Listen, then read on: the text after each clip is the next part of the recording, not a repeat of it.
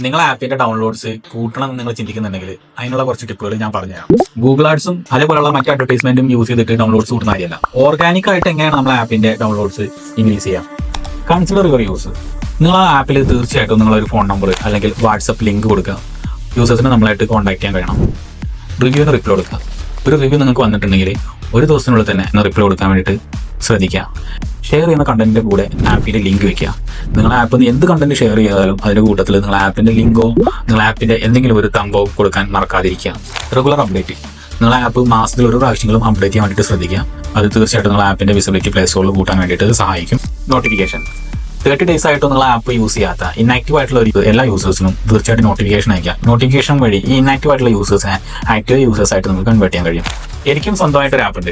ആദ്യ സ്റ്റേജിലൊന്നും അതിനും കാര്യമായ ഡൗൺലോഡ്സ് ഒന്നും ഉണ്ടായിരുന്നില്ല. ഇന്ന് ഓൾമോസ്റ്റ് 3 million യൂസേഴ്സ് അത് ഡൗൺലോഡ് ചെയ്തിട്ടുണ്ട്. ഞാൻ ഈ പറഞ്ഞ കാര്യങ്ങൾ കറക്റ്റായിട്ട് ഇംപ്ലിമെന്റ് ചെയ്യാൻ തുടങ്ങിയതിന് ശേഷമാണ് ഈ ഗ്രോത്ത് എന്റെ ആപ്ലിക്കേഷന് കിട്ടിയത്.